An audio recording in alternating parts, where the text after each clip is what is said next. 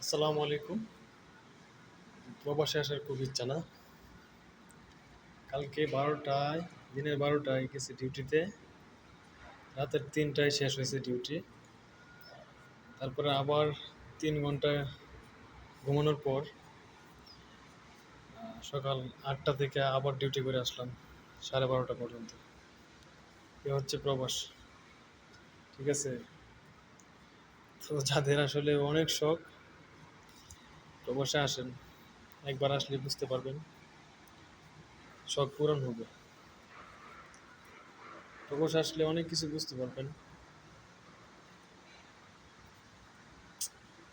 চেহারা দেখে কি বোঝা যায়? ওই দিক দিয়ে 14 ঘন্টা, 3 ঘন্টা ঘুমানোর পরে আরো 4 ঘন্টা, 4.5 ঘন্টা ডিউটি করলাম। আল্লাহ জানে কিভাবে যে আছি, একমাত্র আল্লাহ বাঁচায় রাখছে। ঠিক আছে?